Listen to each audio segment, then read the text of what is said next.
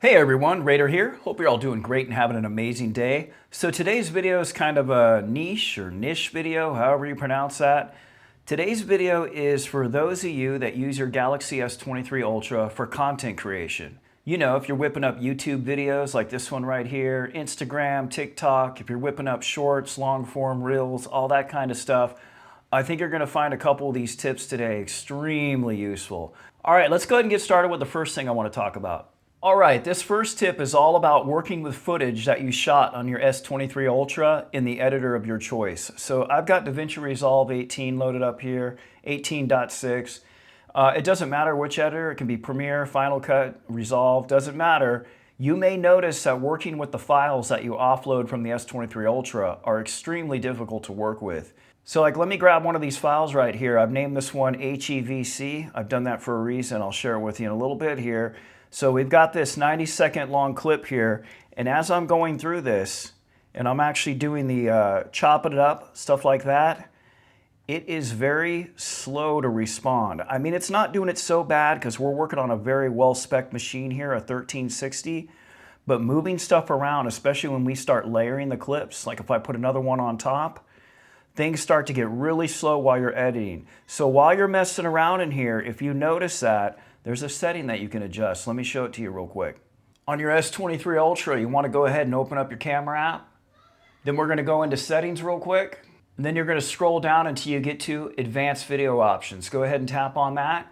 So you're going to see here we have two codec options. The default is HEVC, which gets us high bitrate videos in HDR10 plus recording. Those are nice, awesome features, but they sure do add an extra load to your editor, especially on a lot of machines that aren't well equipped. You know, if you don't have a 4080, 4090, you're going to really struggle with this HEVC format. So what we can do is we can switch this over to the more common and more compatible H.264 format. Now do keep in mind that you lose that HDR capability, but if you're not shooting anything in HDR, I strongly recommend you make this switch because when we go back into the editor, the videos are going to be much easier to work with. Here, let me show you real quick. All right, we're back in Resolve, and this time we're going to grab this other file named H.264. This is one shot in the H.264 format. And we'll go here and we'll start to chop up and edit. Boom, boom, boom, boom. Move stuff around, move it here, move it there. It doesn't matter. Everything feels a lot more responsive. I'll tell you what it feels like.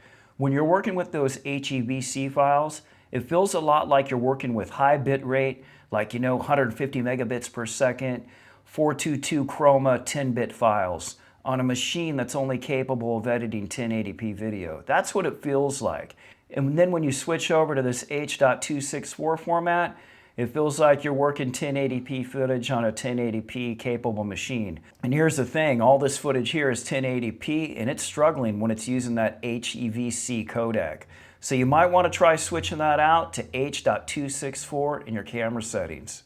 All right, for this next tip, another thing you're going to notice when you're working with footage from the S23 Ultra, if you start inspecting your files like we're going to do here, like we've got a few files here. One's a YouTube short that I shot earlier today, and these other files are the ones that we just looked at. If we right-click on each one of these files, and I'm going to show you each one of these, and we have to look at each one, you'll see.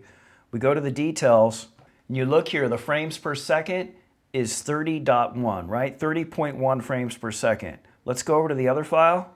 Let's go over to properties, right? Let's take a look at it. In this file, it's an even 30.0 FPS. All right, let's go over to the next file real quick. We'll right click on it. Let's get to the properties.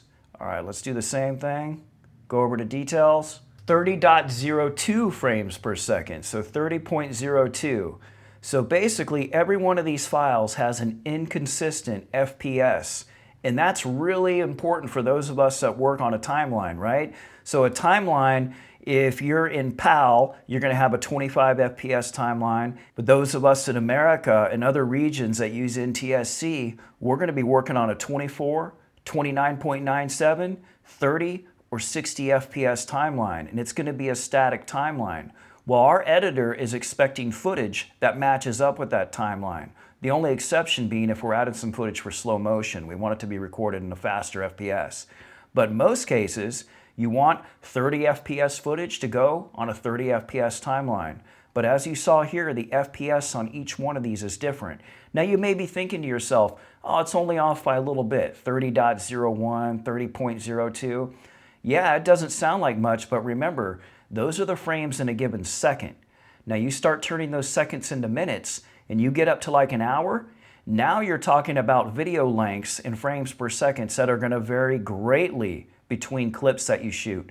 And this becomes an even bigger problem if you're working in a multicam setup, right? Let's say you're using your S23 Ultra as your A cam or your B cam, and you have to sync up to other footage from like your mirrorless camera or another phone.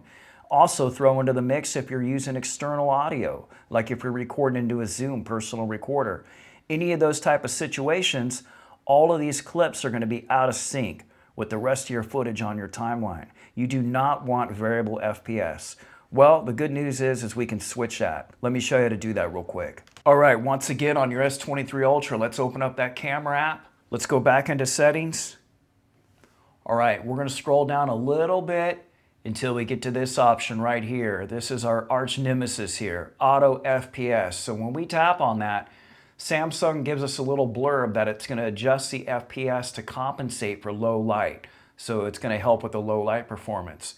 That's great for casual videos. If you're getting videos of your kids and stuff, that's fantastic. Go ahead and leave this setting as is. However, if you're a content creator and you need to work on timelines, this setting right here is going to kill you. You cannot have this on. You got to switch this off. This is going to lock the FPS to whatever you have your camera set to. So if you're shooting in 30, it's going to be 30.00. If you're shooting in 60, you're going to get 60.00 recordings. And that's absolutely imperative when working on any timeline. So you definitely want to go into your settings and turn auto FPS off. All right, for this next tip, we have our camera app over in portrait mode. And what we're talking about now is getting fancy B-roll, getting that nice bokeh, that background blur when you're taking your B-roll shots, because the S23 Ultra cameras are awesome at doing that. So in order to do that, you want to go into portrait mode. And then you see where I have this moon right here? That's only because the lenses are getting blocked. If we go ahead and lift this up a little bit, that moon's going to change to this icon right here. Go ahead and tap on that. And our first option is blur. What you want to do is go ahead and crank this all the way up, and that's going to give you the most amount of background blur, and that's going to give you shots that look like this one right here. That's pretty epic. And it's really great if you're in a messy office like me and you want to get B-roll in a messy office and you don't want people to see what the heck your stuff looks like. A great way to do it. So don't sleep on this. You probably already know about it, but if you don't, there's that blur capability right there. Because remember, we're on a fixed aperture, so you can't go ahead and dial that in, you know. And this is your way of mimicking that by getting some AI-enhanced blur thrown in. Yeah, it works pretty well. I definitely recommend it for your B-roll, your product photography, and your thumbnails. All right, so for this next tip, you'll notice that every time you open up your camera application, it always defaults to one of the photo modes, either photo or portrait, whatever one you were on. It never defaults to the video mode. Now for me, I shoot in video mode like 95% of the time on this phone, and that's because I'm using it for content creation, right? So it'd be really nice if we can just have the camera start up in video mode. Well, it turns out we can. Let me show you where to do that real quick. Go into settings. All right, we're gonna scroll all the way down until we see settings to keep. Go ahead and tap on that. And then we want to toggle on this first option, camera mode. So when you turn this on, you're telling the S23 Ultra, I want you to remember the last mode that I was in the camera application, and I want you to start back up in that mode. And while you're on this section, you might want to check out some of these other options in this settings to keep section. You might want to enable some of these by default as well. But let's go ahead and see this in action real quick. So we're going to go back to the camera application. I'm going to go over and switch to video mode real quick. All right, cool. Now I'm going to completely exit out of the camera application. Now we're going to go ahead and open up the camera app again. Boom, right back into video mode. So this is super helpful for streamlining your workflow and just getting things done a little bit quicker. Just some quick tips and tricks for those of you that are looking to create content with your S23 Ultra. I hope a couple of these are useful. So all right, appreciate your time. Thanks for watching.